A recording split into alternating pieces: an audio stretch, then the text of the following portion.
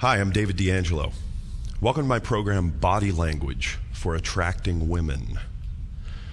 In this program, we're going to discuss a different type of language. It's the language of the body. And I'm going to submit a question to you. I want to ask you this question. Do you think that there is a human mating dance? Is there a human mating dance? I'm sure you've seen it in nature or watched it on the Discovery Channel. It's clear when two animals are engaged in a mating dance. It's a very different type of behavior. You can tell that it's courtship. And it happens on all levels. It happens from fish, birds, mammals. There are all types of courtship displays. And the key component to these displays, to this mating dance, is the language of the body, how the body is used. Now, one of the things that's always fascinated me about the mating dance is that in most animal species, it's not something that's learned. They don't go learn it from others. Somehow it's hardwired in there. How is it that in some species of bowerbirds, for instance, I particularly like those animals, the males will go out and spend a tremendous amount of time and energy building a structure known as a bower, and they take all different shapes and sizes. Some of them are actually big enough to get inside. You may have heard me talk about these before in other programs. Some of them are smaller, but they usually have a particular type of structure and often have different bits of seashells and rare materials of different colors. And somehow the male knows how to build one of these things in a particular way. And when female bowerbirds show up and look at them, they can look at those nests and have a whole bunch of judgments about what's going on inside of the male bowerbird. Then the female will come in. The female bowerbird will arrive. She'll sit in the bower that's been built as a balcony to watch the show. And then the male bowerbird will put on an incredible display, and he'll dance and do all of these moves as if they were rehearsed, as if he had done them 1,000,000 times just to prepare for this moment. And then the female bowerbird will make the decision about whether or not he is genetically fit to mate with. In a way, you could say that she makes the attraction choice, even though we know attraction isn't a choice. What's also interesting is that female bowerbirds sometimes, they'll remember the male that they chose from the year before, and they won't go out and look at all the bowers again. They'll just have liked that one and that particular male's mating dance so much that they'll go straight back to him a year later. The attraction is still there after all that time. Because I love these little quirks of human and animal behavior, one of my other kind of favorite parts of the deal is sometimes the female bowerbirds like the courtship display and the bower so much that they fly back and they keep trying to hang out at the male's pad. Even after he violently tries to chase her away and even starts pecking at her, she still likes it there so much that she hangs out, just wants to be there. Anyone identify with that?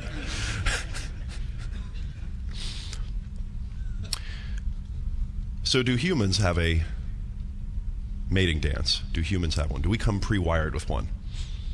After a lot of study of the topic for years and testing and trying and trying to figure this out for myself, I think that we definitely do have a mating dance.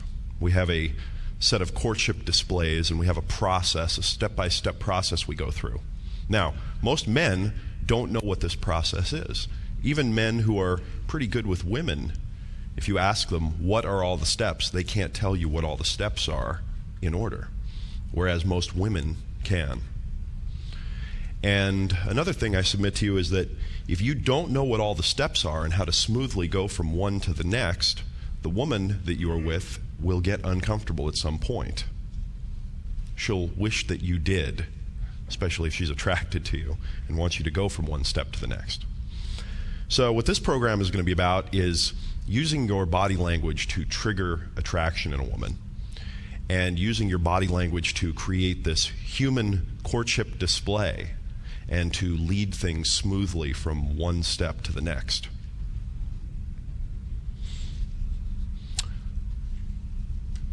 Because we're talking about body language here, we're going to do a lot of experiential things.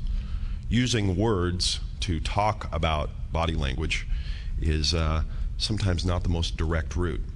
Using words to teach anything is often very frustrating to me because direct experience is so much more powerful.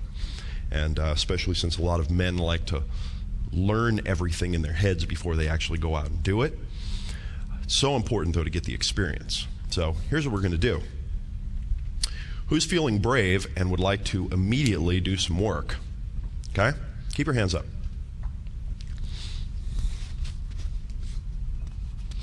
All right. This gentleman right here. You got your hand up? No, you. Stay right there for a sec. Let's see here. This gentleman right here.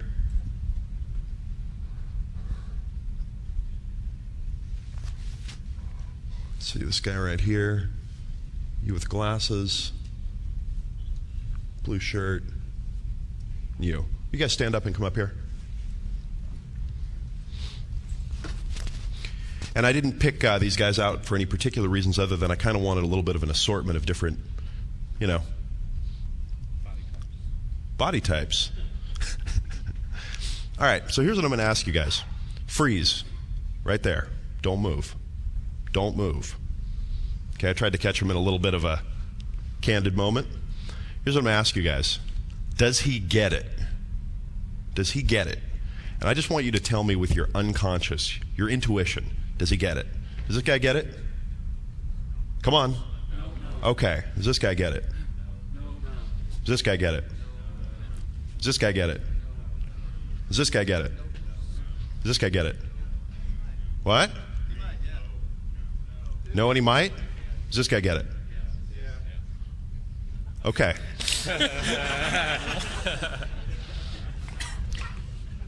What could this guy do right here to immediately look like he gets it more? Hands out of pockets. What else? Less rigid. Hold your shoulders back. What else? Don't hide your hands. Hold your chin up. Hold your hands at your sides and put your fingers just like this. Hold them right here, okay? And just let them hang, okay, comfortably. Okay, so put your fingers like this, okay? Don't hold it tight so it looks like it, but put them right at your sides like this so that they're kind of turned. There you go. So you just kind of look like you're standing comfortable, okay? All right. Stand up just a little bit straighter. There you go. How's that? Much better. Good. All right. What could this man do? Don't hide your hands. Put your chest out a little bit. All right. Dramatic improvement, huh? I mean, just dramatic. What about this gentleman? He's already started modifying his body language based on the previous lessons learned, huh? Stop smiling. Okay.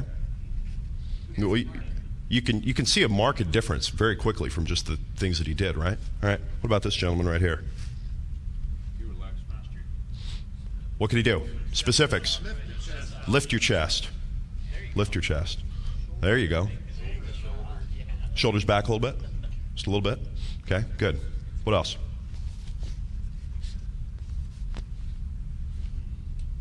Big difference. Widen up your stance a little bit.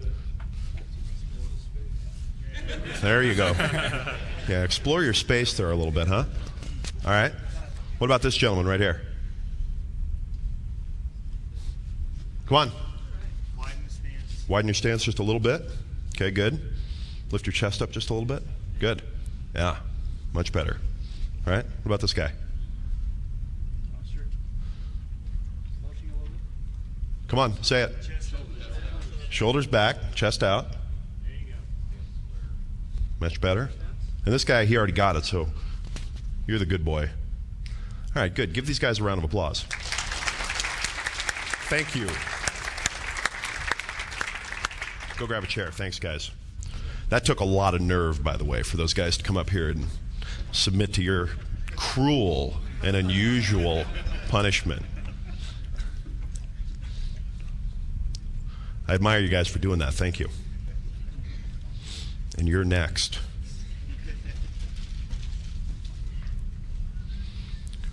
Now, I've done exercises like that before, and we're going to do several more of them. But what I kind of want to communicate is until you have some self-awareness, until you kind of get your default settings together a little better, learning all the little details and the tricks we're going to talk about isn't going to help you that much. Does that make sense to you? I need a resounding yes. Yes. Or I need, no, I have questions. That doesn't make sense to me. Are these tricks supposed to help us set our default? Stand up, take a microphone.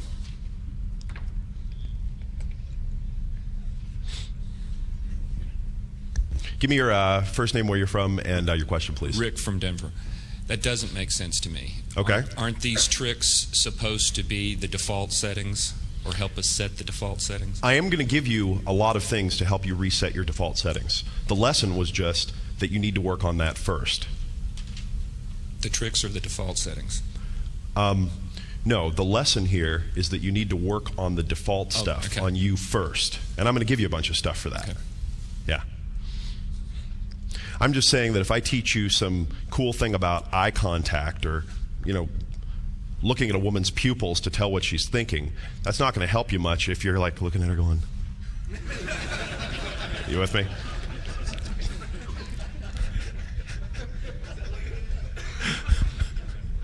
Yeah, that's good. Good.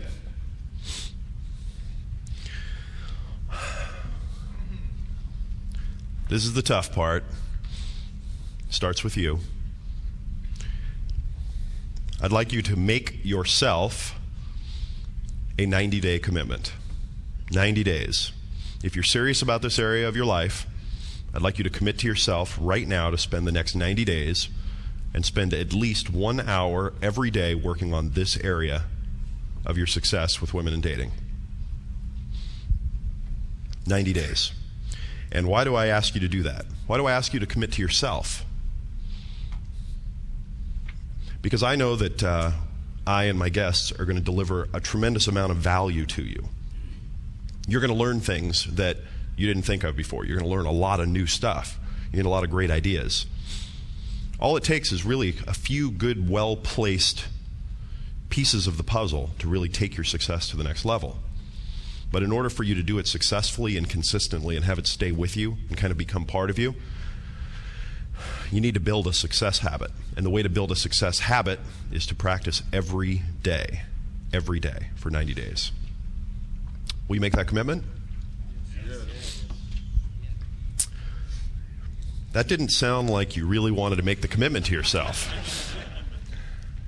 You know? Here. Stand up and give someone a high five and say yes.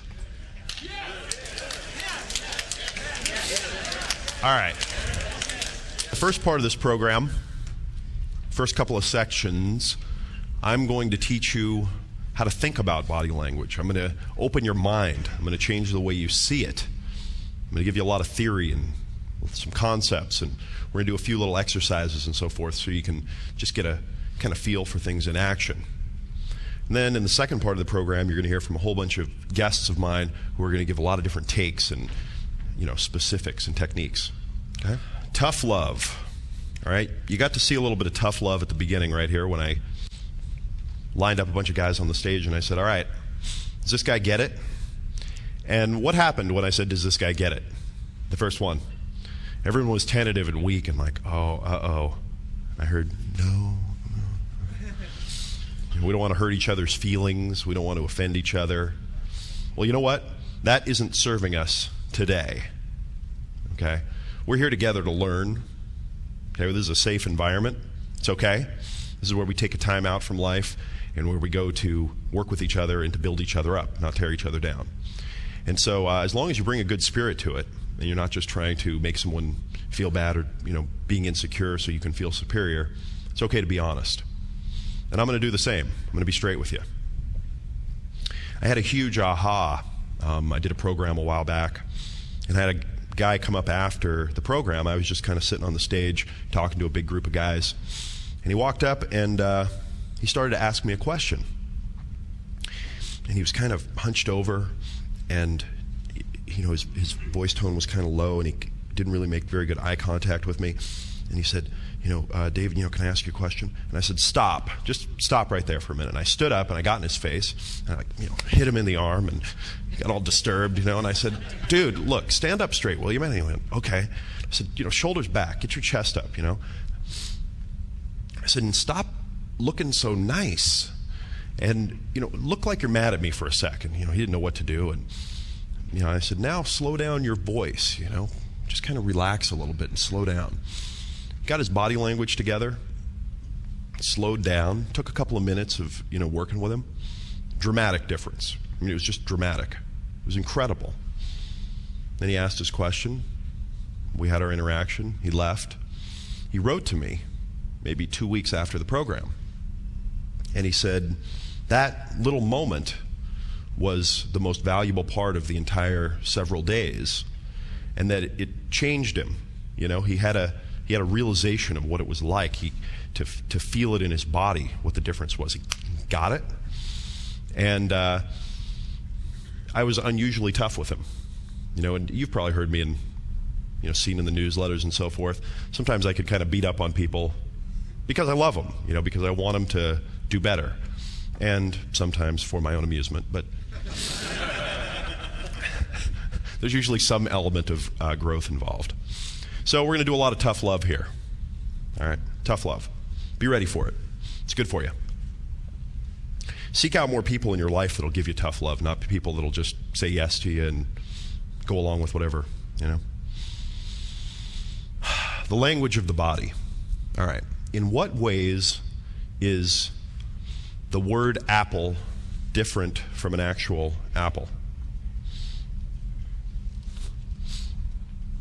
In what ways is the word different from the thing? All right? In what ways, hang on a sec here. In what ways is a piece of paper money different from, let's say, a solid gold coin? How are they different?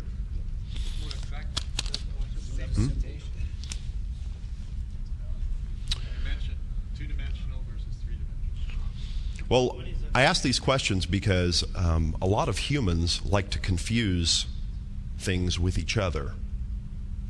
So, for instance, if I had a $1 gold coin, let's say we were living in a time when there were coins that were worth $1 that were made out of gold. And do you have a $1 gold coin for me? Good throw. All right, so what do we got here? Okay, well, this can stand in for a gold coin. Let's just say that we lived in a time when this was worth $1.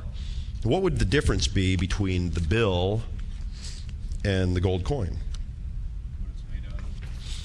Well, for most people, they kind of think, oh, well, they're both $1. It's not really that different. But they are. They are different. The gold has value outside of the currency, whereas the paper bill is just paper. The word apple is just a symbol that we use in our minds to represent it so that we can conceptualize about it, whereas the apple is something you can actually take a bite out of and you can eat. I'm asking you to draw some distinctions here. Look at things, break them down a little bit more in your mind. All right, so in what ways is body language different from other languages?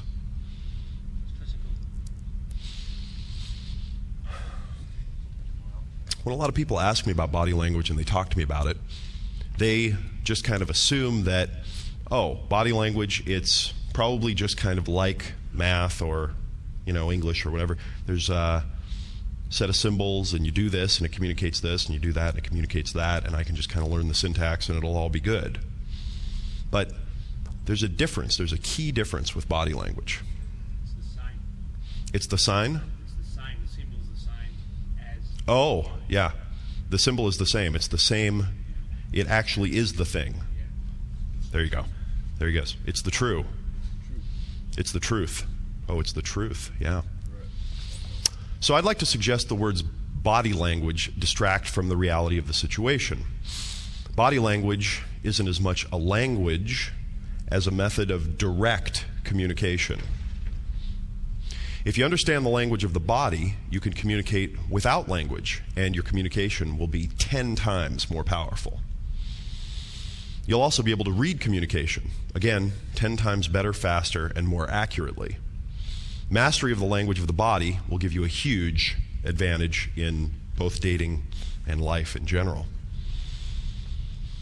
Now, it's funny when we speak of body language, because the reality is that the word language implies abstracting things or ideas or concepts into symbolic things like words. The language of the body is, again, the real thing. It's the original way, the actual direct route, the direct communication. And when we speak of body language, it implies that it's something you have to learn, right? It implies that you have to learn it as a language. I believe that the language of the body is really the universal language. It's the direct way of communicating and being communicated with. If we didn't have language, we would have grown up developing and fine-tuning our ability to read and interpret subtle cues from others, and our ability to communicate using our body's facial expressions, voice tones, etc. Because we do have language, which leads to things like culture and ideologies, other distracting things, we've forgotten or never realized that we have a built-in, hardwired, natural system for communicating and being communicated with on this level or on this kind of channel. Now, remember, women are far better at sending and receiving body language communications than men naturally. They're far better. Some scientists estimate up to 10 times better. So for men, this is one of those things that we really do need to pay a lot of extra attention to. Body language versus words. Okay, you may have heard this kind of research before. According to Albert Mehrabian in his Psychology Today article, a total message, of a total message, 7% is conveyed by the words, 38% by the voice tones, and 55% by facial and body expression. Okay, so 7% by the words. The other 93% by facial expression, gesture, body language, voice tone, all that kind of stuff. So if that, that says that words are essentially, if we had to round, none of communication. How could that be? How could it be? And I'm going to also suggest that when it comes to statistics like this, they're amplified when it comes to attraction and courtship and the human mating dance, when things are really amplified. Now, does this mean that it's impossible to attract, date, seduce women with words? Is it impossible? No. No. In fact, women are very seduced by the literary genre called romance fantasy. In fact, something like 50% of all the books printed in North America are women's romance fantasy. Words. Have you ever picked up one of these books? Read through it just to figure out why women are getting all of their romantic needs met in one? Probably not. Most men would rather have their fingernails removed with pliers than torture themselves through one of those things. When you open them up and you start reading through, guess what? A tremendous amount of the words are dedicated to body language, describing all the subtle communications that are happening between the men and the women in the story.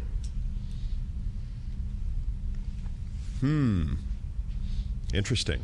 So even when using words, women are being seduced by body language. That's what the words are communicating. We'll see an example or two of that a little bit later on.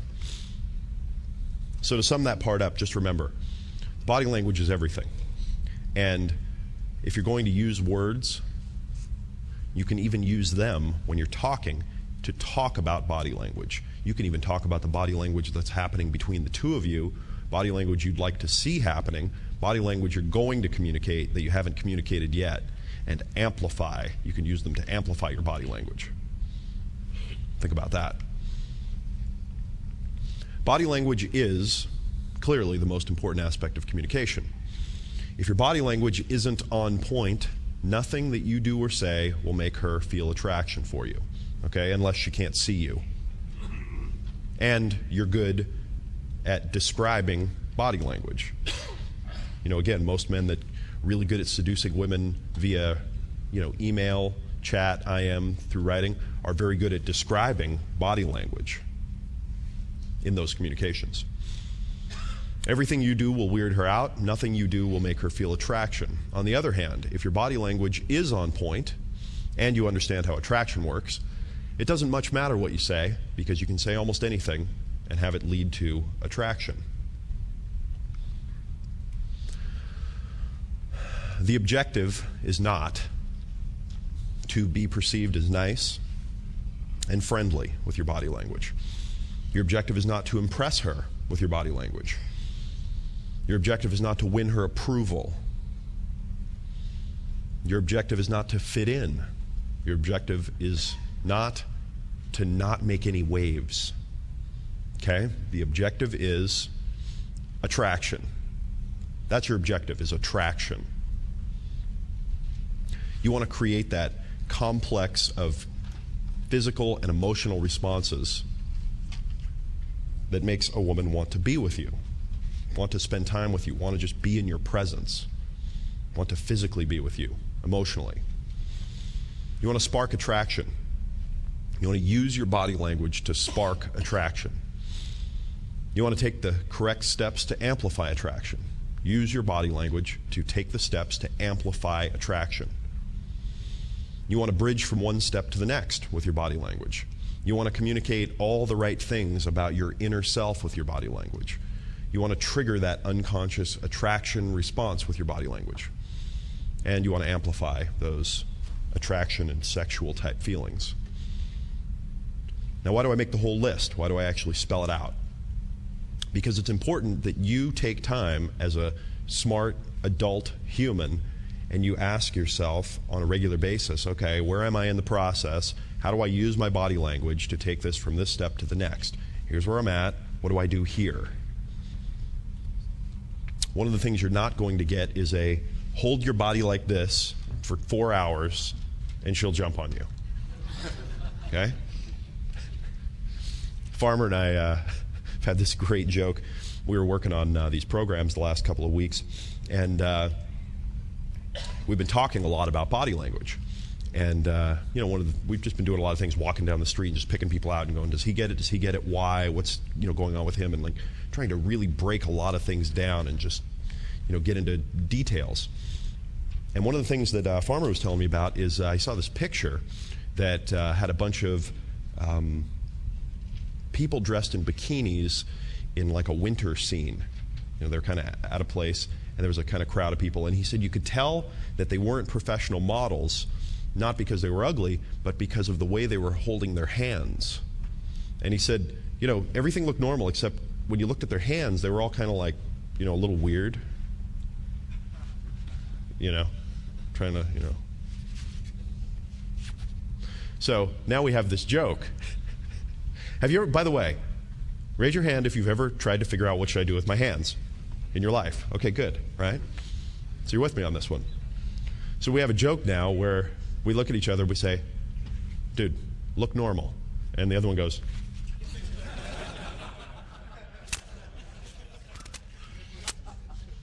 I don't know where to put these things. You might start joking around with your friends like that because it helps raise your consciousness and your awareness. And also, you know, if you're starting to look stupid, you might have your friend say, dude, look normal, and mean it. All right, let's talk about a few concepts here. Independence, okay, independence. Dependence is not an attractive quality in men, unless you like to address your girlfriend as mistress. Unless she's your dominatrix, in other words. Most men communicate on every level that they depend upon the woman. Okay, the communication coming across through body language and everything else is, I depend on you. For our current discussion, we're going to focus on body language. Now, how can you communicate independence with body language? Don't follow the body language of others. Pause. Reflect consciously before going along with others. Do your own thing often. Okay, use this in all different types of social situations, not just with women. It's important to practice independent body language and behavior all the time. Give yourself permission to be cool. To be cool. Now, why would you have to give yourself permission to be cool?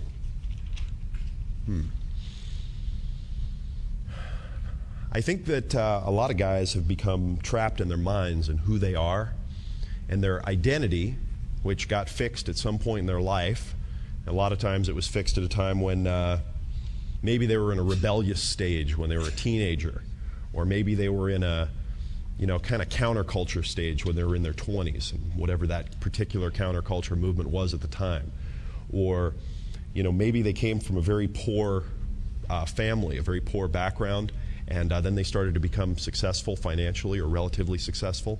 So they started dressing in a particular professional style at a particular stage, and then they kept it forever. You guys know what I'm talking about? You ever see somebody running around in Oakley shades from the 1980s? And somebody just said, I have those. Let's not even go there. And, the whole dress to go with it, with the neon clothes and everything. And you kind of want to go up and be like, dude, I dig your cool retro look, Except that it's not a cool retro look. He just never changed. What's going on there? I like to think of it as, a lot of times when guys get to a high point in their life, they get to that, where they're kind of on top of the world, that they get it fixed in their mind that they got to stay doing all that same stuff. Same haircut, same clothes, same monster truck or whatever. Well, cool changes. Okay, cool changes over time. But it changes slow enough that if you're not watching, you kind of won't see what's going on. And trends change fast enough that if you try to just be ultra hip all the time, you're going to just probably look like a dork, unless you're, incredibly good with fashion and so forth. And you like to spend a lot of money on clothes and throw them out every 90 days.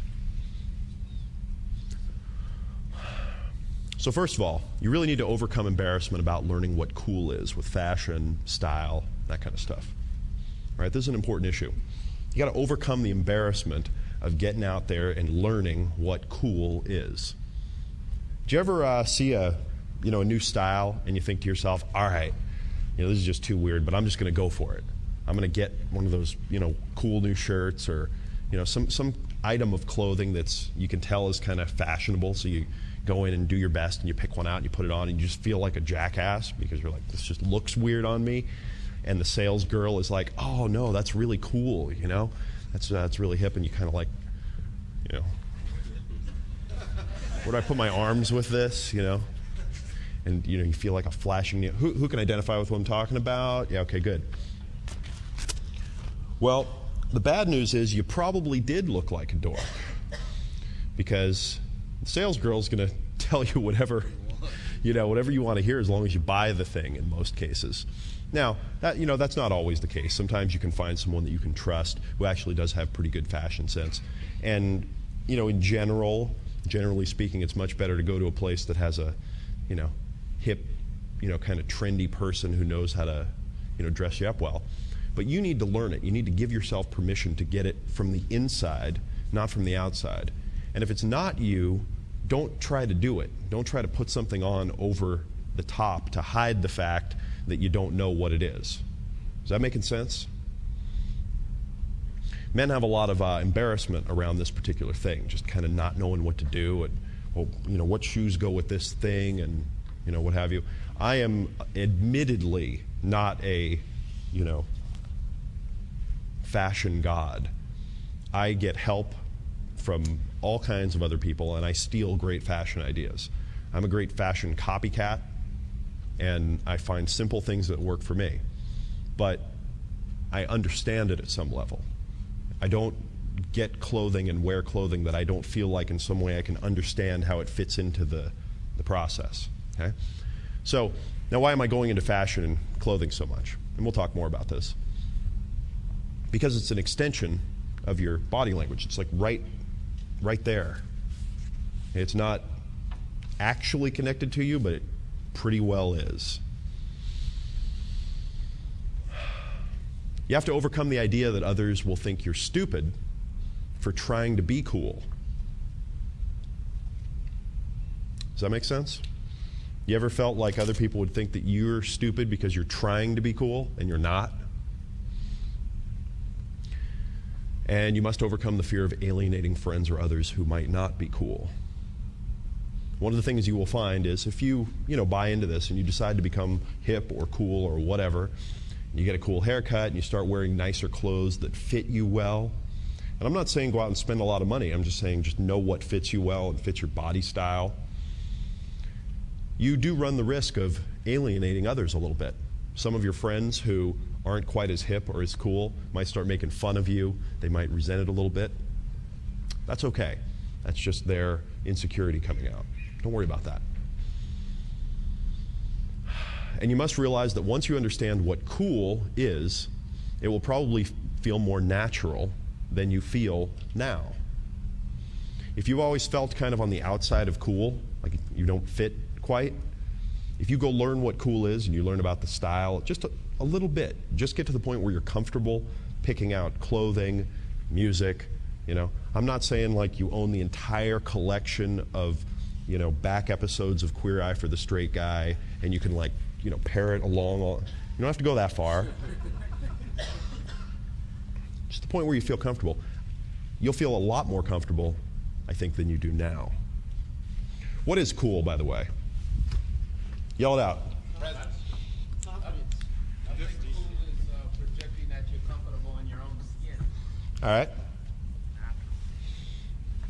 Let's talk about a little bit more outside in the world where it comes to cool fashion, music, culture, style.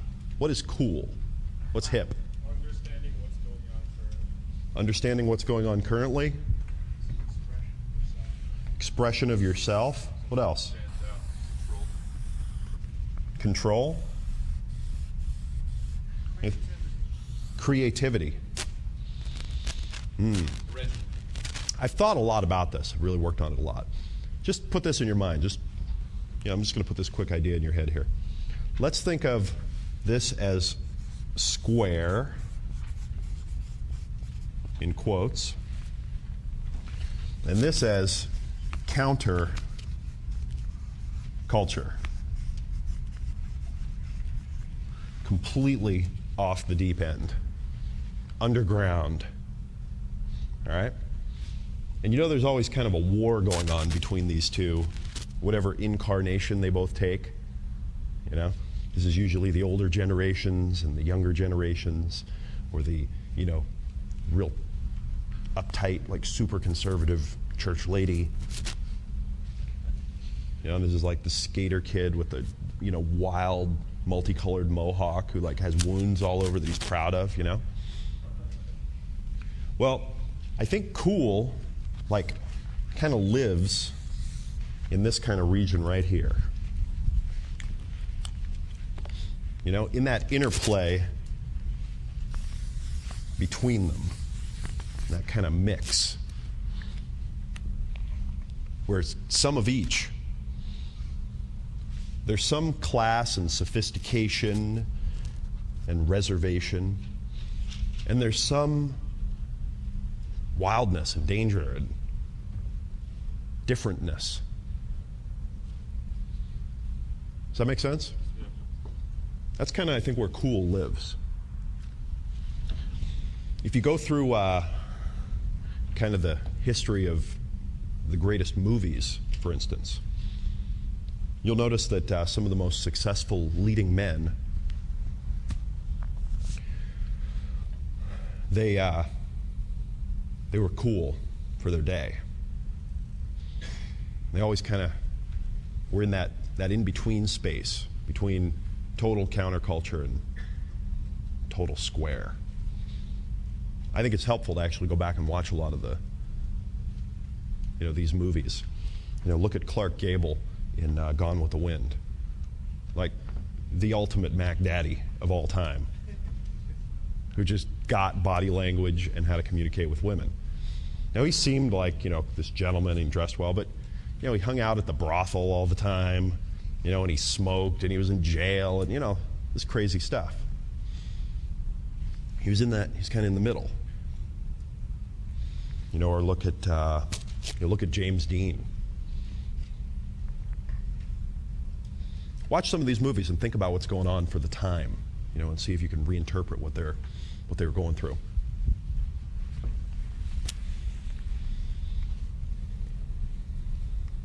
So give yourself permission to be cool.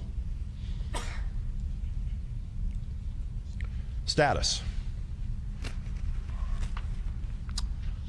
Now, you may have heard me talk about status before. I just want to kind of recap a few ideas about it and let you know that status is probably my favorite idea when it comes to women and attraction. Status. And what do I mean by status? Status is when you throw a bunch of chickens into a yard and you let them figure out who the boss is, and they come up with what is called a pecking order. Pecking order. What is a pecking order? Well, it's a social hierarchy. The most dominant chicken is the one that gets to eat first. And if any of the other chickens, get in its territory, it lets them know very quickly, hey, I'm the boss here, I'm the one that gets to eat first. If you throw a bunch of criminals in a prison, and then you throw them out into the prison yard, after a while, they will establish a social order all their own. You don't have to do anything. It figures itself out. Someone will be at the top running the show. Does that make sense? You know what I'm talking about? Mammals tend to do this naturally. Some mammals are so territorial that they just can't even be around others of their own species. They're that territorial, and some humans are that way too.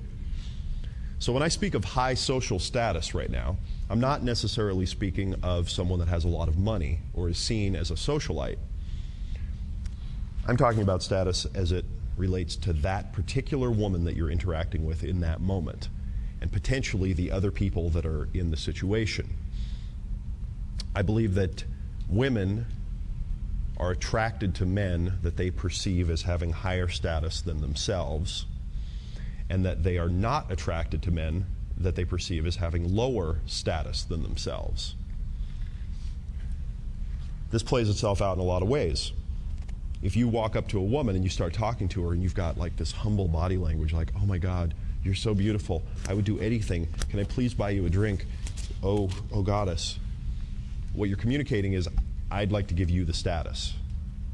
I don't see myself as a high status person. You get the status.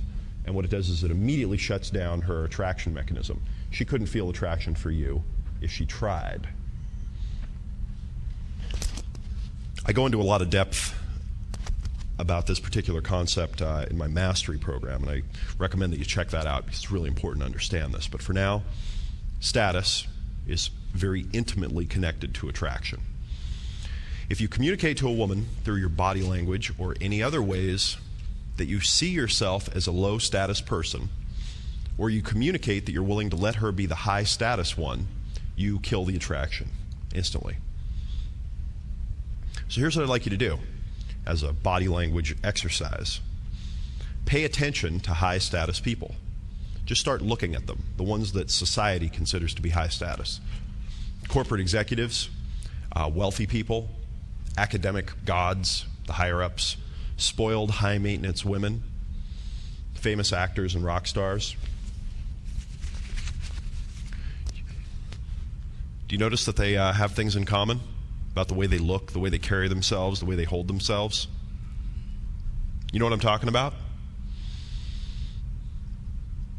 You know when they have, the Oscar parties and so forth, and they roll out the red carpet, and all the actors and actresses walk onto the carpet, and they all take pictures?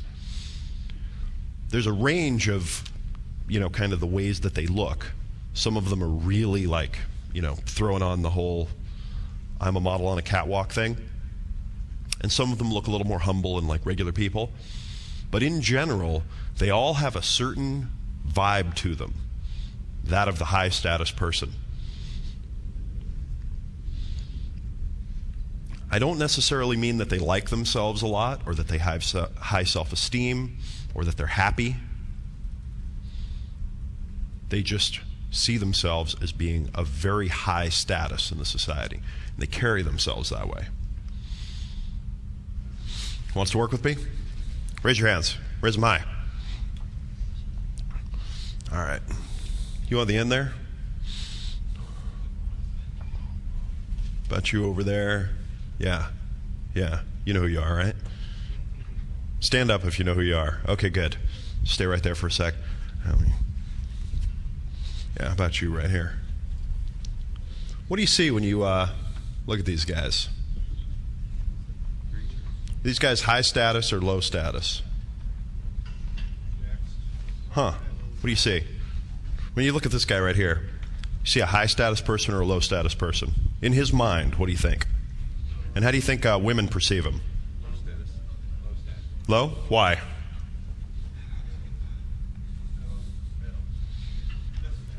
Middle status? Why? Generic t-shirt, generic jeans, generic shoes. Generic stuff? It's because his clothes? Counterculture. Lots of labels showing. I'm still young. Labels showing? Don't make excuses. Do not justify yourself. What can you see that you don't think he can see? What do you think he doesn't perceive about himself? Strength? You think that he's strong and energetic, but he doesn't perceive that. I don't think he trusts it. He doesn't embrace it. Huh. You don't think that he trusts or embraces that he's strong and energetic? Yeah. Not comfortable with it. What else? What? He doesn't enjoy his strength. That's interesting stuff. All right, good. What about this gentleman right here? High status or low status? High. High? Why do you think that? The furrowed brow. Furrowed brow? What else? He doesn't care what we think. He doesn't care what you think. Serious. It's good. He looks serious. Looks powerful. He looks powerful. What else? Showing his knuckles. He's showing his knuckles? What do you see that you don't think he perceives about himself? What can you see that you don't think he sees?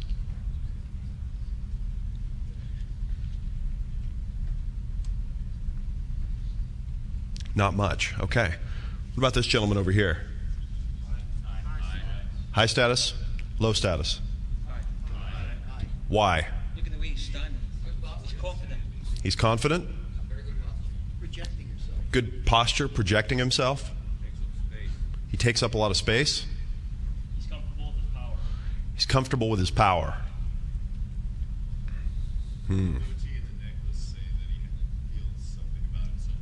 Do that. His goatee and his necklace say what? Well, if you accessorize, then it's like you have some high value. If you accessorize, then you have high value. If you accessorize and it works, I just kind of feel weird about using the word accessorize with men. No, if you put the accessories together and they work for you, if you put the details together and they work, it can really work well. And if you don't, that too. Okay, so isn't it interesting that all three of these guys seem like they're probably powerful, energetic guys, all right? But they have different status just based on, we perceive that they have a self-perceived status that's different just based on the way they're holding themselves, really. Essentially, that's it, right? So what could this guy do to have us perceive him as being a high-status guy? Change his color. The color of Body language. Things he can do right now. Lift your chest. Put your head back. Okay, so here's what I want you to do. Put your chest out just a little bit. Lift it up. Okay, there you go. Put your shoulders back just a little tiny bit. All right, good. How's that? Oh, yeah. Feels funny? All right, good. What can he do with his face? Smirk? Put your head back a little bit. Furrow your brow a little bit. Yeah, maybe not with this one, huh? Every once in a while, there's something goes wrong with the brow furrowing mechanism in a human, and I'm just kidding. Raise your eyebrows a little bit. Oh, you almost kind of had it there for a little bit. All right, look at me. Try looking at me like you're mad. How would you look at me if you were mad at me? You got to do something to make me mad. Well, there you go. That's kind of interesting. It's a little different, huh? Now that doesn't make him more attractive. That makes him more psycho. All right, good. So, thank you. Thank you. What could this gentleman do to make himself seem lower status? Smile and slouch. Was that an instant transformation or what? Whoa, that was incredible. All right.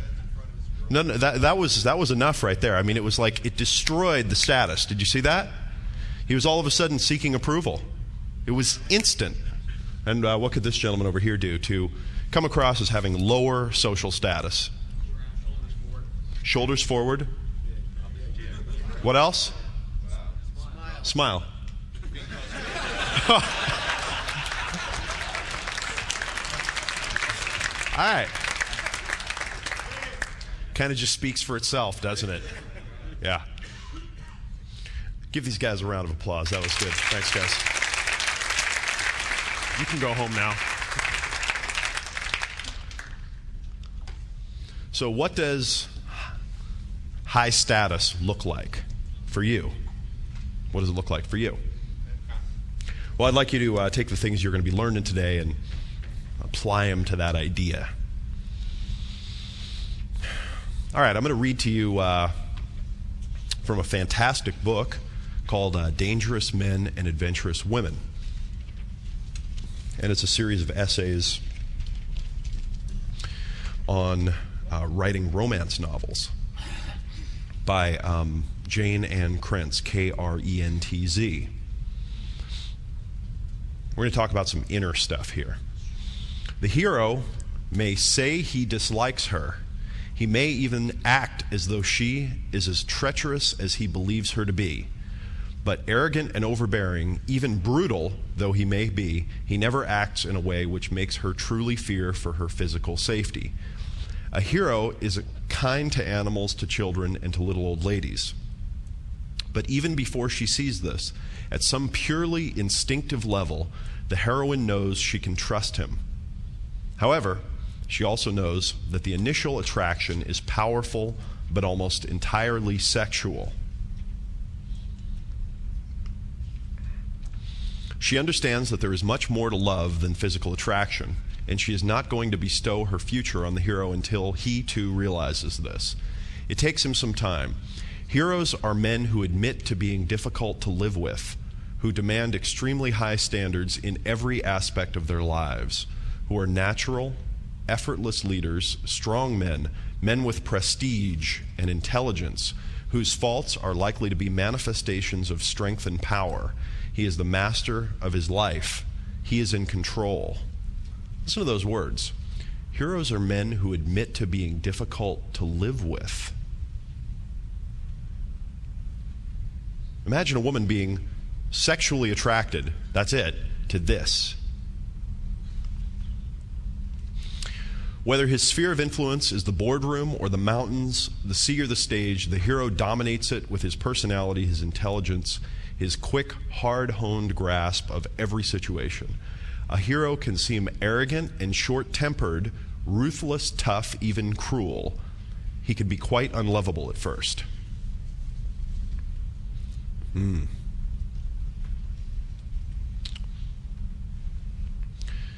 going to read to you from, what a lot of people think is, one of the first and maybe the most famous romance novel called Lady Chatterley's Lover. This might sound a little far out to you, but I thought that this was a really interesting demonstration of what I was talking about with using words. McKellis talked frankly about himself, quite frankly, without affectation, simply revealing his bitter, indifferent, stray dog soul, then showing a gleam of revengeful pride in his success. "But why are you such a lonely bird?" Connie asked him. And again he looked at her with his full, searching, hazel look. Now, what is a full, searching, hazel look? "Some birds are that way," he replied, then with a touch of familiar irony. "But look here, what about yourself? Aren't you by way of being a lonely bird yourself?"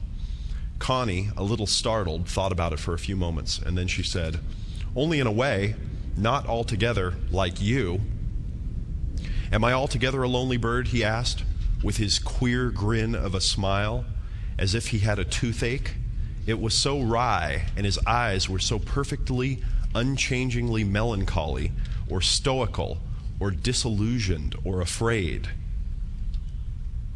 Now, what is a queer grin of a smile as if he had a toothache? It was so wry, and his eyes were so perfectly, unchangingly melancholy, or stoical, or disillusioned, or afraid. And how do women translate this into something that makes them have emotion? What's the picture they're making? What is that? "Why," she said, a little breathless, as she looked at him, "you are, aren't you?" She felt a terrible appeal coming to her from him that made her almost lose her balance. A terrible appeal. "Oh, you're quite right," he said, turning his head away and looking sideways, downwards, with that strange immobility of an old race that is hardly here in our present day. What is turning his head away, looking sideways, downwards, with that strange immobility of an old race that is hardly here in our present day? The 2 million-year-old man in his house. It was that really made Connie lose her power to see him detached from herself. He looked up at her with the full glance that saw everything, registered everything. At the same time, the infant crying in the night was crying out of his breast to her in a way that affected her very womb. Whoa. Yeah, this guy over here is going, let's see. A glance that saw everything, registered everything. I got to master that one. What are they talking about here? They're talking about body language. This is an author trying to convey complex body language, communicated to women who know what a lot of these things look like, whereas men don't use this to communicate very, very well. You can communicate a lot of complex things with simple looks and gestures and body language. You're capable of making thousands of different combinations of expressions. And then when you put them in different orders, it's infinite. And you can make infinite kind of body language sentences with just your gestures and expressions very quickly.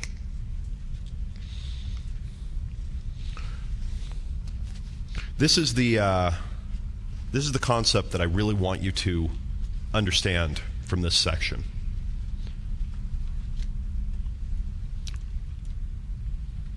The sexual threat. The sexual threat.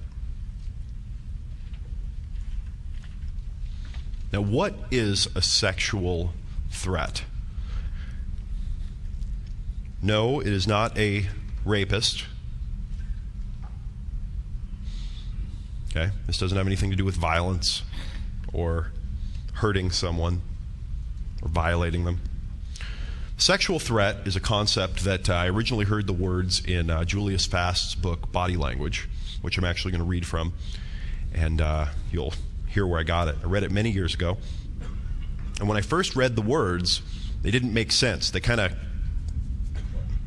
they stuck in my mind. They kind of I couldn't get them to fit together. Sexual threat. Well, after thinking about it for a long time and trying to put the pieces together and figure out what it meant, doing a lot of research, etc., I realized that the sexual threat is the very real situation that if a woman feels attracted to a man, if she feels sexual attraction, and that man is a knowledgeable, sexual, powerful, confident being, the woman has to deal with the real risk of being with him, getting pregnant, having a child, and potentially having to raise it on her own. There's a lot of resource, all kinds of resources, time and effort and energy. A woman only creates one egg per month for, maybe 30 years of her life or, 40 years of her life, whereas men create 500 million sperm a day. To a man, there is no investment having sex, typically. For a woman, the investment could be huge. So if a woman meets you and immediately starts feeling attraction for you, a lot of times it'll set off alarm bells in her mind, because at some level her unconscious knows that if she sleeps with you, you could just be gone. And she might have to spend her whole life rearing a child that you're not going to be around for. So there's a threat to being sexually attracted. It's more complex than that, but if you're a very sexually powerful guy and you understand body language really well, and you can make women feel attraction, you will be a threat. In addition, if you're a really nice, sweet guy who likes to get approval and so forth, and you start learning how to make women feel attraction for you, if you then kind of revert to being a wussy at some point, have you ever met a woman, you kind of started doing the right things were going along pretty well, and then you just wussed out at some point, you started acting too nice and sweet and confessed I just want to tell you really, and then she's like off like a shot and she's gone. You know what I'm talking about? Don't do that. Because part of understanding the concept of the sexual threat is that there's something about it that is exciting to women. There's something that they like about it. There's something about the sexual tension and the dynamic that it creates. Sam, my good friend Richard and I, we have a term, we call it SAM. SAM stands for the sexually aggressive male. SAM.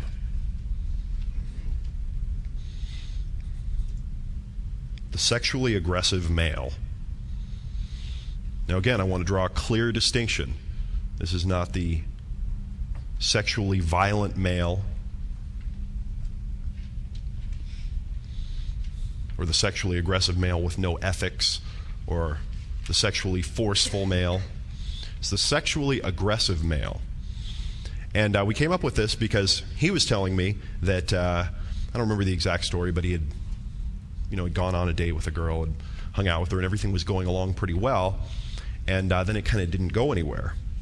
And what it came down to was that in the beginning, he was behaving like a sexual threat. He was behaving like a sexually aggressive male. He was confident, he was strong, he was busting her balls, he was having a lot of fun with her, he was creating a lot of sexual tension. But then when they got together and they were alone and kind of hanging out, he just kind of became a little too much of a regular guy. Lost the sexual threat edge. The tension went away. And so we came up with Sam to be Sam, sexually aggressive male. And the body language of the sexually aggressive male is very different from the body language of the nice guy. So let's do a little reading from where I originally heard these two words. This is about a character named Mike in the book that he talks about, one of the people that is kind of featured. Watch Mike in action. Watch him make contact and signal his availability. We all know at least one Mike, and we all envy him in his ability. What is the body language he uses? Well, Mike's appeal, Mike's nonverbal clarity, is compounded of many things. His appearance is part of it. Not the appearance he was born with, that's rather ordinary, but the way Mike has rearranged that appearance to transmit his message. There is, when you look at Mike carefully, a definite sexuality about him. In part, it's the way Mike dresses, the type of pants he chooses, his shirts, his jackets, his ties, the way he combs his hair, the length of his sideburns. These all contribute to the immediate picture. But even more important than this is the way Mike stands and walks. One woman described it as an easy grace. A man who knew Mike was not so kind. He's greasy. What came through as pleasing to the woman was transmitted as disturbing or challenging, and therefore distasteful to the man. And he reacted by characterizing the quality contemptuously. Yet Mike does move with grace, an easy, arrogant sort of grace that could well arouse a man's envy and a woman's excitement. A few actors have had the same movement: Paul Newman, Marlon Brando, Rip Torn, and with it they can transmit an obvious sexual message. The message can be broken down into the way they hold themselves, their stance or posture, the easy confidence of their motion. The man who has that walk needs little else to turn a woman's head. But Mike has more. He has dozens of little gestures, perhaps unconscious ones, that send out elaborations of his sexual message. When Mike leans up against a mantel in a room to look at the women, his hips are thrust forward slightly, as if they were cantilevered, and his legs are usually apart. Watch Mike when he stands like this. He will lock his thumbs in his belt right above the pockets, and his fingers will point down toward his genitals. You've surely seen the stance 100 times in Western movies, usually not taken by the hero, but by the bad guy as he lounges against a corral fence, the picture of the threatening sexuality. The villain that the men hate and the women, well, what they feel is a lot more complex than hate or desire or fear. And yet it's a mixture of all these things. With his blatant body language, his leather chaps, his cantilevered groin, and pointing fingers, he is sending out a crude, obvious, but effective signal. I am a sexual threat. I am a dangerous man for a woman to be alone with. I am all man, and I want you.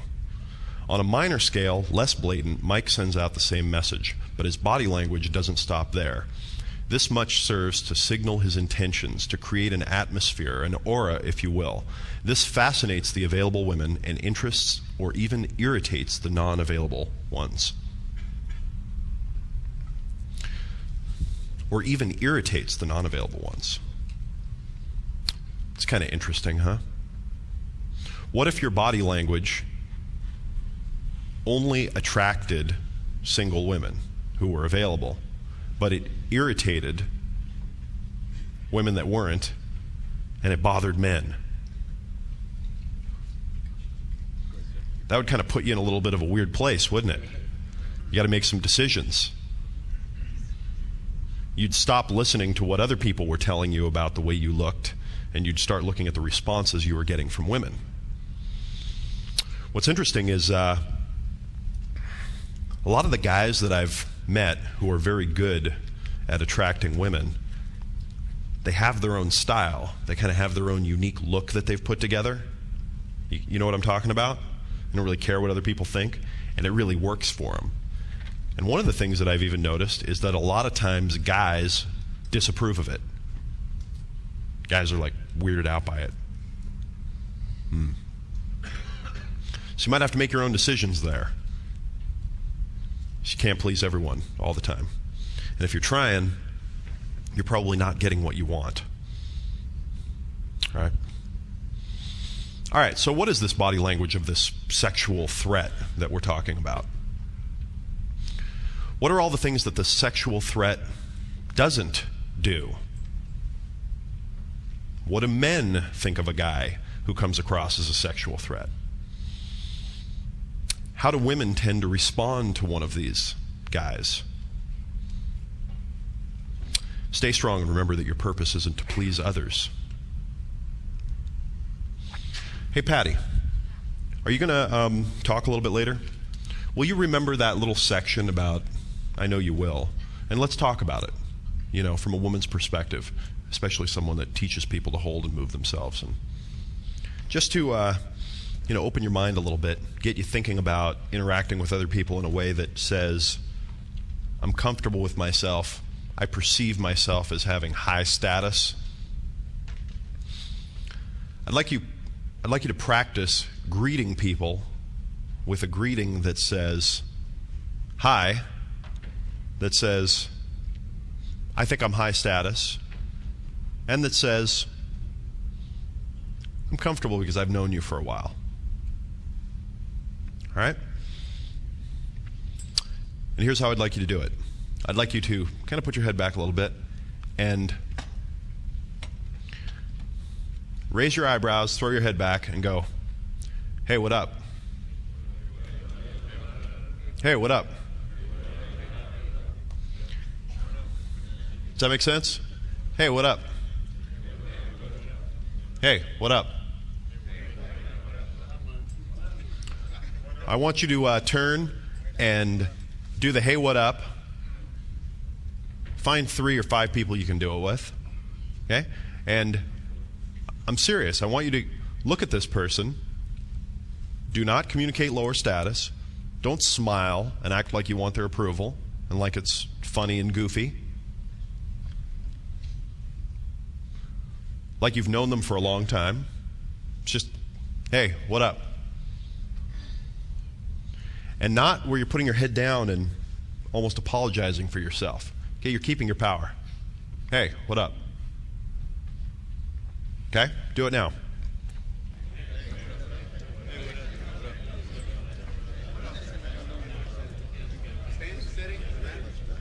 Excellent. Watching from here, I don't know if you could perceive it, but this turned into a room of high status people that were just cool with who they were. Everybody knows everything. Everybody knows everybody. Everything's cool. Hey, what up? Now I'd like you to start doing that with women. Okay? If you're not comfortable with the slang of what up, try what's up. Okay? What? Up dog? Actually, sup dog. Sup dog.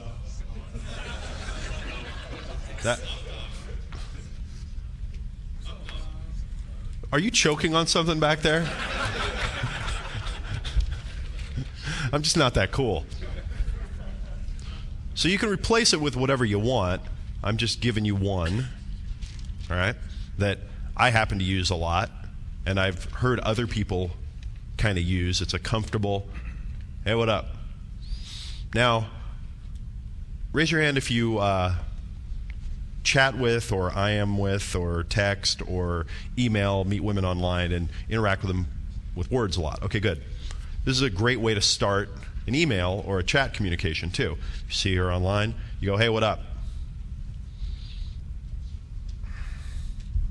I've also learned that another little subtle, and this isn't body language, but in a abstract way it kind of is, if you don't use as many question marks when you're chatting, you don't sound like you're looking for as much approval often. And that's what you're doing here, kind of. When you say, hey, what up? You're not saying, hi, how are you? How are you feeling? Are you okay? Oh, wow, is there anything I can do for you to make you feel nice and happy? No.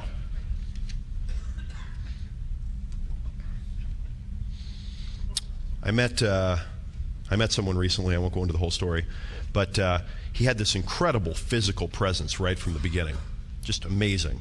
And when I shook his hand, he just had this look. He had that really had that look of Maximus in The Gladiator. That kind of look where it's, you know, he's kind of looking out of his kind of sideways. He kind of shook my hand. He didn't smile, even though I had met the guy over the phone, and I, you know, knew who he was, and he knew who I was, and we were kind of meeting. And after I shook his hand and he kind of looked at me, I just went, this is like the most solid guy I've ever met. And because he didn't smile and he wasn't scowling at me, he just had this powerful, I'm keeping my power for me look. When I was done shaking his hand, I just wanted him to smile at me. I wanted him to like me, because he wasn't giving away any of his power. Good. You learned something? Good. Physical, psychological leaning. Stuart Wilde says, don't lean psychologically. David DeAngelo says, don't lean physically. Fat Joe says, lean back. All right, don't lean forward like a needy wuss who's trying to get approval. Lean back when you're with women. Okay, lean back like you're secure. Go out to social situations and look around at men that are out on dates with women. And one of the things you'll see is men who are feeling insecure and like they need approval, often leaning forward, you know, their head on their hands or kind of trying to lean in. And you know that when you see the woman kind of leaning back and she's confident and powerful and, you know, kind of aloof and looking around, she's kind of got that, hey, what up, look on her face. And the man, you know, is kind of leaning in, trying to say things and do things to get some approval or some eye contact or something to acknowledge that he's okay. Those usually aren't going anywhere. Well, not anywhere that's going to be very cheap for him or very satisfying for either of them. On the other hand, when you go out to a situation, or you go out and you see a situation where the man is leaning back and he's confident and he's comfortable, and he has that I'm keeping my power for myself vibe about him, and the woman is leaning forward because she's engaged, she's enjoying it, she wants more, good prognosis. Just go download good iTunes and get that song Lean Back and just listen to it over and over and over. And what you'll find is that over time, it'll just be in your head. And you'll be out there like, you know, looking at her smiling, and you'll be all, lean back. And you'll be all like, oh yeah, lean back, lean back. I'm really involved in swing dancing, and one thing I've learned from swing dancing is that when you're Lindy dancing, you got the girl is like, you know, away from you. Yeah. And you give a lead for the girl to come into you. And then it's really important, it's like the most important thing, to not go towards her. You have to set yourself. And she comes in, and there's this momentum you get, you know, this swing dance, right? Comes from her coming towards you. The energy is all her. But if if you're not locked in place, then it doesn't work. So I think that's like a physical example of, I don't know, I thought you might like that. Yeah, actually, dancing is a fantastic thing to learn about body language, because in dancing it's all about the man basically being in control and leading. And there are so many analogs. In fact, Patty, who teaches dancing, is going to come up here and talk about that a little bit later. And so thank you for the example. That's a great one. We'll do question and answer a little bit later, okay? If it's really important, if you really have to contribute, raise your hand. If it's like, you absolutely have to. All right, you absolutely have to. Okay. Please stand up. There's a guy I know that has awesome body language, and every woman I know that knows him is all over him. Yeah. But he doesn't necessarily lean back, he leans away. Is that the same thing? He doesn't necessarily lean back, he leans away. It's not necessarily leaning back. So like if she's here, he'll go like this, he'll go. I've actually seen him lean on the bar. Yeah. He's got big, strong posture while he's doing it, but he's got his back to the women. Yeah. He's leaning away. Is it just leaning away? Yeah. We'll actually cover more of this a little bit later. And it's good clarification. I don't necessarily mean lean back, if in every possible situation, lean back is the way. I just mean lean kind of away so that you're not psychically saying, I need you. Yeah. Okay, approval seeking and approval giving. I want to ask you real quickly, what is approval giving body language? What do you do with your body when you want to give approval to people? Touch them, smile, nod, laugh, lean forward. What else? Pat on the back. Going along with what they're doing, matching them. Pretending that you're getting good emotions from what they're doing and saying. Right? Mirror imaging. Mirroring them. All right, now what is approval-seeking body language? Leaning in. Smiling. Laughing at yourself. Okay, now we're getting into some good ones here. Laughing at yourself. What else? Making yourself smaller. Putting your head down. Raising your eyebrows. Submissively. What else? Licking her boots. After you've paid her. What else? Yell them out. Presenting, like for other people's judgment, like you kind of see in body language, people will be like. Presenting for other people's judgment. Physically trying to get them to coax them into giving you approval. All right. Now, how about a third concept? Approval keeping body language. In other words, you're trying to get my approval, you want it, but I'm not giving it to you. Okay, so it's not disapproval, okay, because that's not really what we're trying to get into here. If you can't recognize complete disapproval, we probably need to go to a basic social skills course, not this one. But what about approval keeping, not giving it? Crossed arms, heard that one. What else? Furrowed brow. What else? Just want to open your mind. Just brainstorm. It's fine. Just yell out whatever you think. Cocked head. What else? Keep the same posture, straight face. Don't change. No movement. It's good. What were you saying? Lost weight, like lost interest. Lost interest. Okay, good. Slow movements. Maybe. Maybe. Fixed eye contact. Appearing distracted. Okay, maybe. Good. What about touching? Maybe. A suspicious look, potentially. Look around her when you're talking to her. Don't always look directly at her. Uh-huh. Look around when you're speaking. Look away as you're talking. Yeah. So as you're talking about something, you're just not looking at her. Okay. Now the reason why I want you to think about these three different types of body language are, most guys give approval with their body language constantly, that's what they're doing. Unconsciously, they're thinking, if I give approval, I should get some back in return. And they give approval for every type of behavior and every type of communication. They also use approval-seeking body language, which, this is the one you need to stop immediately.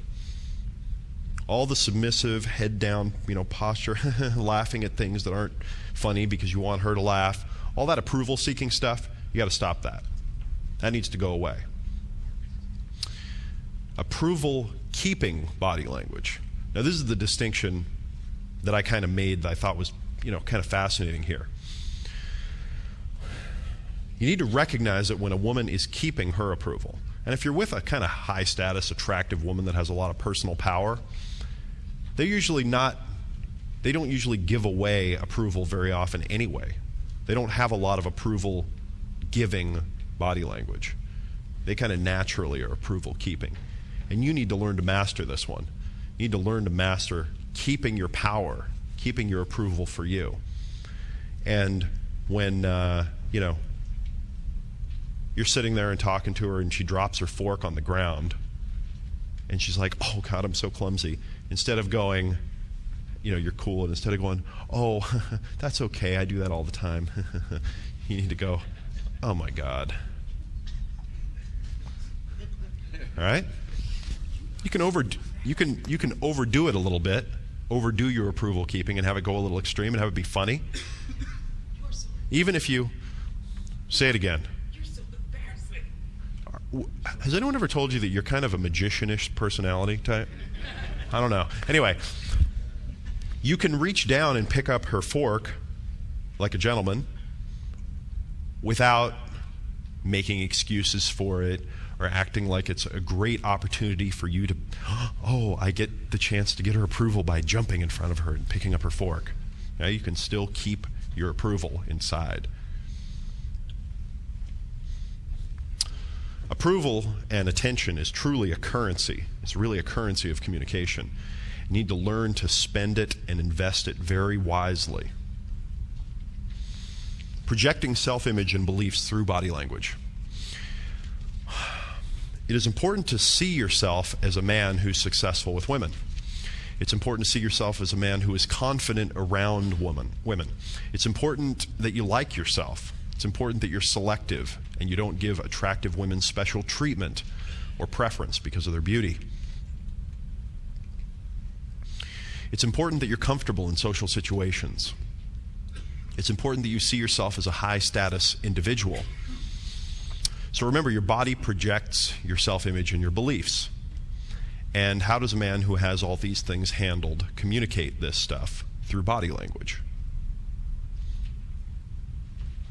And how do men who don't have these things handled communicate that they don't have them handled? Through body language. Honest signals. Animals, and I believe humans, the human animal, have evolved different types of traits that act as signals to others. For a signal to be useful, it must be both easy to recognize and difficult to fake. Think about a bull elephant seal, his size and his ability to defeat other males in battle, or a peacock's tail, the feathers. These animals can't fake these things, which means females can rely on them as quote-unquote honest signals of a male's genetic fitness. In humans, the language of the body, the eyes, the gestures, the voice tone, complex interactional behaviors, this is a set of honest signals that females use to judge males. Your body language is very possibly your most important signaling mechanism to women, and it tells them everything they think they need to know instantly. So do you understand what I mean by an honest signal? Something that's easy to read and reliable, but very difficult to fake. In the animal kingdom, if you look at how different males display, or sometimes their physical displays, huge sets of antlers that require non-stop finding and eating fresh grass for months through like long, hard seasons to build these giant racks of antlers, and the female can go, okay, if he's got one of those, he must be doing something right for him to mate it and create that whole thing. Same thing with a peacock's tail feathers. Well, we have those things too. And women, the females of our species, use these honest signals, these genetic fitness indicators, to instantly judge whether or not we get it. They have an initial judgment. So here are some honest signals to practice and mentally rehearse. Strong, secure eye contact. Okay, strong, secure eye contact. We'll talk more about eye communication later. Have you ever felt have you ever made eye contact with a woman and felt that instant, I've got to look away right now, and then you look away, and then you wish you wouldn't have, and you look back, and she already looked away, and you wish you would again, and then she looks again, and then you look away again, you go, damn it, you look back. You know what I'm talking about? Raise your hand if you've ever had that happen. Now, that doesn't seem too surprising that we would all share an experience like that. But here's the one that gets really interesting. Have you ever thought to yourself, I don't want to do that anymore. I want to stop doing that. And then tried, but you couldn't? You just unconsciously looked away, even though you were making an effort? Raise your hand if you've been through this. Okay. Now that's the one that's interesting to me, that we share, that we've tried to stop it. We've tried to just keep the eye contact, but we haven't been able to. So what that tells me is, well, combined with the third thing, which is women universally say, I can tell it's his eyes. I can tell everything through the eyes. Well, a lot of it is just whether or not you can keep eye contact. It's very difficult to fake. It's very difficult to fake.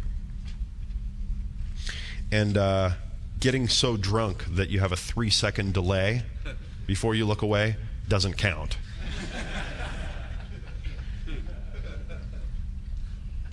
Okay, dominant, confident posture and walk.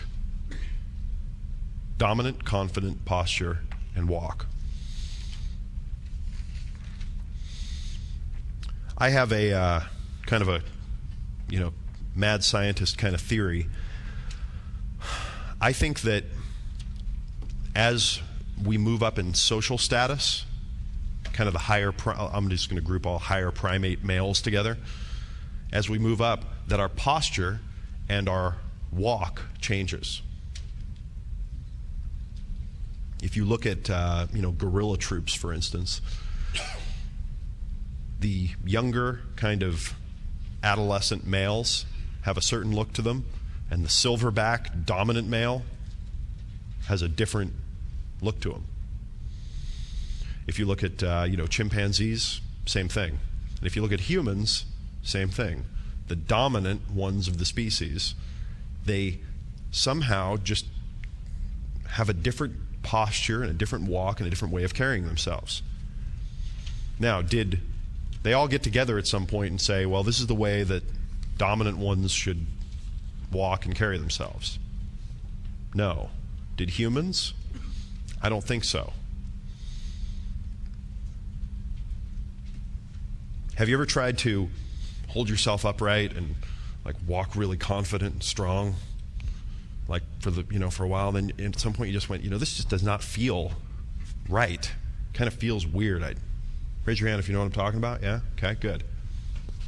Why is that? Maybe it wasn't going on inside your head, actually. Maybe you didn't actually see yourself that way. So you're trying to trigger some mechanisms that you're triggering them the wrong way. It's one of the reasons why I encourage you to really see yourself as high status. Start behaving that way. All right, slower than usual movements and gestures. This is kind of the, the James Bond effect in a lot of ways.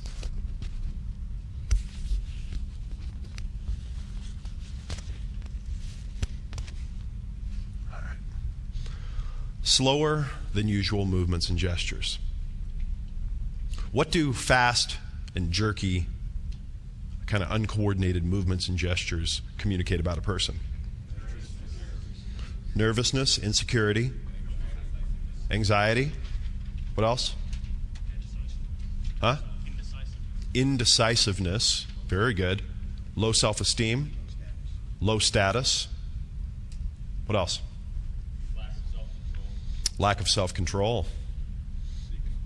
Seeking approval. Can we all kind of agree that that's kind of what those things mean? They would communicate about you? All right. So I'd say that, 80% of the guys that I talk to, that are looking for help in one way or another, within the first couple of minutes that I start talking to them, start spazzing out with their gestures in some way, or, So it's going to take probably more than just saying, I'm going to move slower. It's going to take some practice. You're going to have to do some work around it if you really want to get this. And you really do want to get this, because this is one of those things that communicates very quickly. Very quickly.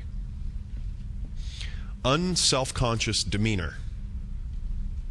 So what is self-conscious demeanor? Let's start with what it is. Hands in the pockets? Being incongruent? And let's draw a distinction between self-conscious and self-aware. Okay? Self-aware kind of implies I'm aware of what I have going on. Okay, I'm paying attention. Self-conscious doesn't actually imply being conscious of yourself. It implies being nervous and anxious and being afraid you're going to screw up and thinking that you're going to make, have the other person think you're a jackass. Seeking approval. Wanting someone else's approval. So what is unself-conscious demeanor? Relaxed. What? Careless? Doesn't care so much about that. Maybe carefree. Right? Yell them out. What else? What's unself-conscious demeanor? Detached from the outcome, maybe? General indifference. It's good. What else? Laid back. Confident. Confident. What? Secure. Secure. That's a good one. I don't need anything from the outside. What else? Unnerving. You won't throw me. You can't unnerve me. There you go. Calm, cool, and collected. Good. Do you know the sequence? Do you know the human mating sequence? Is a woman going to walk up to you and say, do you know what the human mating sequence is? If she feels attraction when she starts interacting with you, and maybe you're at a club or whatever, is she going to say, wow, I really like you? Do you know the sequence? No. What she's going to do is, like dancing, she's going to go through it with you.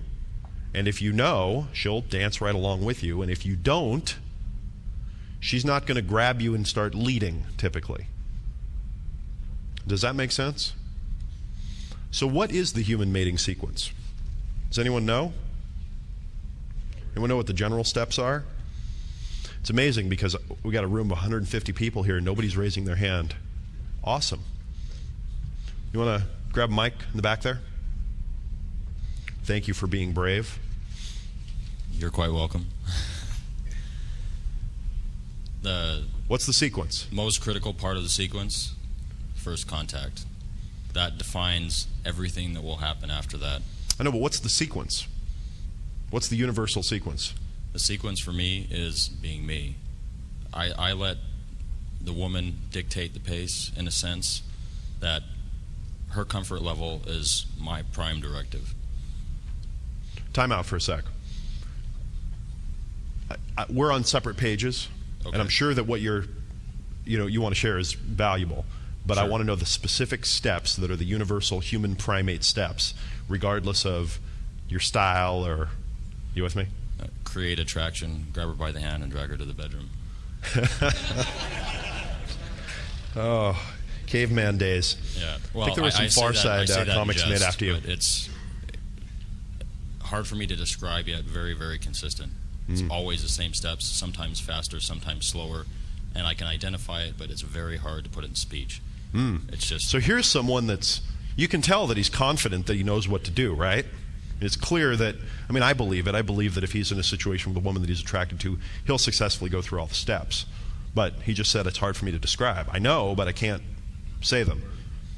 This is a guy that knows them. Okay, who knows the sequence? You know the sequence? I think so. How did we all make it to adulthood without anyone telling us these steps? Okay, here's my take on it. The first encounter, when you meet the woman, you make eye contact, so on and so forth. Yeah. Secondly, the courting process, when you go through the seduction dance and all the little nuances. And then finally, the consummation of the relationship. Oh, the consummation. It's just a technical word, you know what I'm saying. That's very classy of you. Took the high road. Good. All right, anyone else? Anyone know the sequence, the steps? The back right here? So, Peter from Seattle. When I think about that, I would be probably looking, it's an initial visual contact. Good. You probably need to communicate all of these things up front. So that's the initial moment. After that, you probably need to reinforce that you are a safe, secure person and she can trust you. So those would be sort of the things like Dave talks about, walk away. You don't need her. You are not that for that. And these can happen slowly or quickly, in a few minutes or over days or months if needed, right? Steps after that would be probably getting slowly physical. Nothing too invasive. Let her feel it and then take it away, kind of a thing. Okay. What Dave talks about, 2 steps Time forward, out. 1 step back. Time out. Yeah. All right, so we have about 150 people in here. And there are a lot of guys in here I know that are very successful with women, know their way around. And we just had 3 that were brave enough to stand up. I'm going to go through, and thank you guys very much. I really appreciate it. Good effort. I'm going to go through the steps here, okay, the approximate universal steps. And it's important for you to keep these in mind because in the studying of the, the human primate, the anthropologists, the ethologists, this is the stuff they've found. These are the universal mating steps. First thing that happens is eye contact. Eye contact is step 1.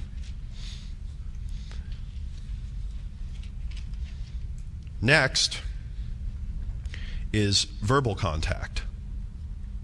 Eye contact, then verbal contact, with the man and the woman approximately side by side.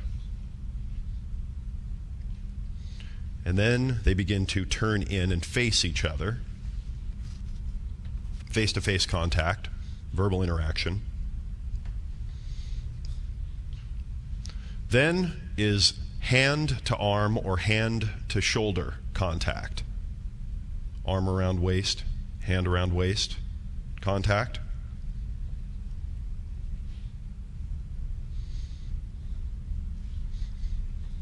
Then there is mouth to mouth contact, hand to genital contact, sometimes mouth to breast contact.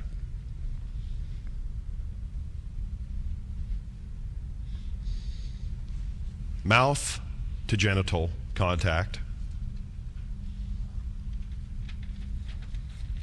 And finally, consummation. Yeah. I've read a lot of variations of this, okay, and this is, let's just say, paraphrased effectively the universal human mating sequence.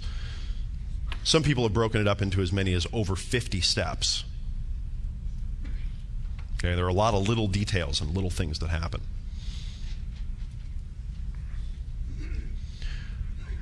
It's very helpful to know if you make eye contact with a woman and then you start talking to her and you're talking to her and all of a sudden she's talking to you and she kind of just starts touching your arm like this a little bit, it's important to know you're in the groove now.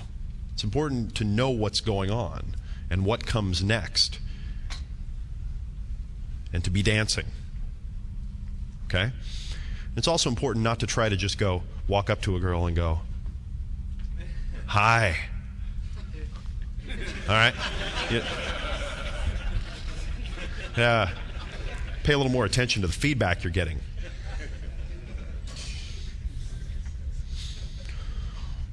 What you'll find too is that if you know how to build attraction and create it, and you understand the steps, she'll often kind of walk through these a little bit, and all you have to do is respond, maybe in kind, just a little bit.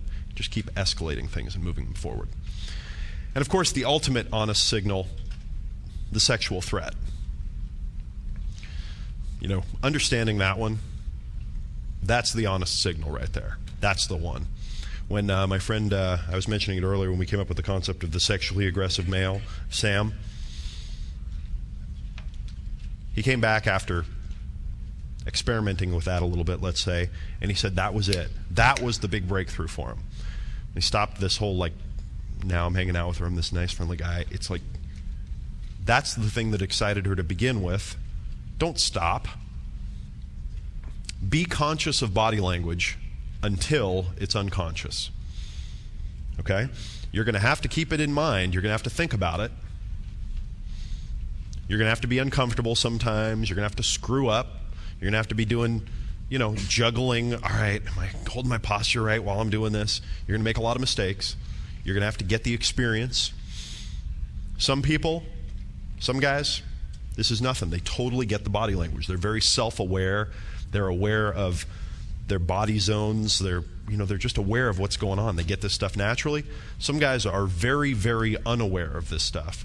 They really don't get it. First kind of guy, he's going to have to do very little work to get this. Second kind of guy, it's going to be a long uphill battle. Just depends on how worth it is to you. So you're going to have to be conscious of it until it's unconscious. And once you really get it, once you learn it, then you can kind of put it out of your mind because it's okay. Now you got it. Let's talk about the concept of rapport. When it comes to attraction, traditional rapport concepts often mislead guys into thinking that if they act like the girl is acting, she'll feel more attracted to them. This often causes bad thinking and leads to guys trying to get a woman's approval by being like her. Much better to understand rapport so you can know when she is trying to get rapport with you. If she's showing signs of rapport, for example, mirroring you, synchronizing her body with yours, touching you, laughing at you, then you're on the right track.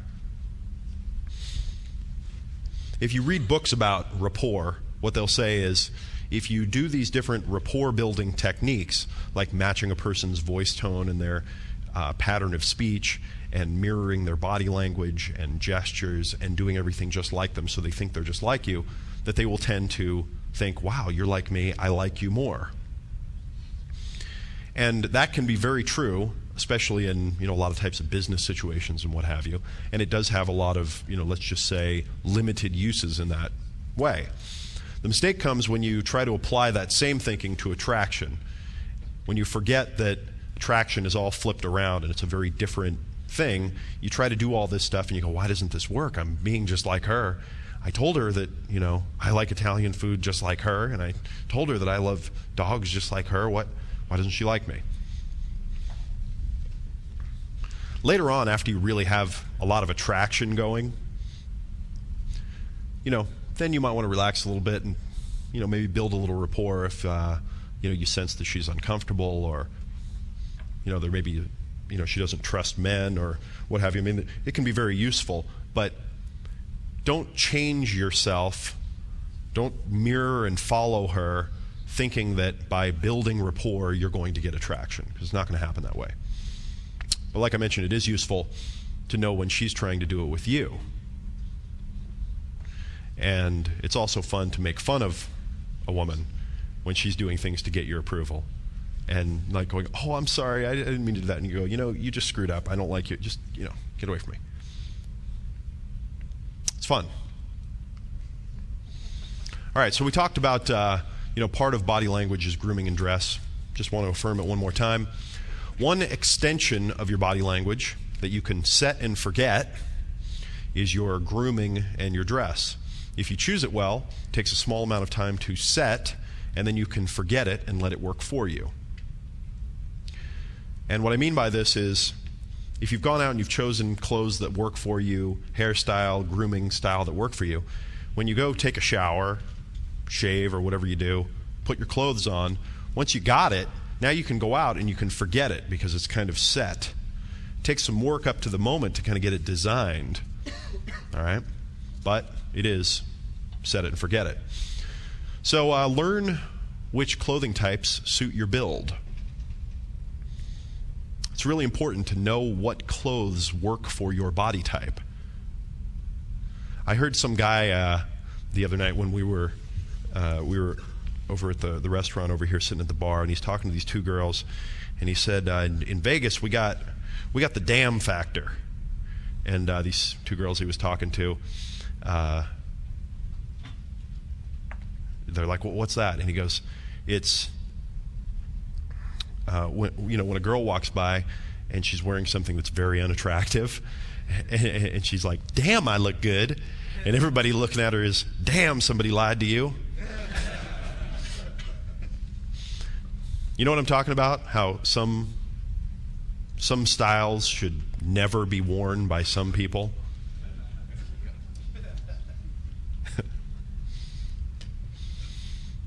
Get professional advice on what type of hair, face hair, style is best for your look. I mean, I don't know if you know this, but professionals, people that have been doing this for a while, stylists, if you walk in, they'll say, you have this type of face, these type of hairstyles will be much better for you. You're a little overweight, this will work better for you. You've got this kind of chin, this kind of facial hair will work better for you. You with me? There are people have figured some stuff out to help you maximize your features. Learn to groom yourself well. Your face, your hair, your nails, your hygiene. I mean, I don't want to beat the dead horse here, but if you've got weird fingernails that look like you just clawed your way out of a trunk of an old rusty Ford, you're going to get no lovin', man. I mean, it's just not going to happen for you. And I recommend that you study fashion at least until you have some understanding of it. Some. I don't mean that you could go design gowns that could be, featured on runways in Paris, but just so that you understand it a little bit, so you have you get something about it, so that, you know the difference between a purse and a handbag. Different types of shoes. Doesn't take long.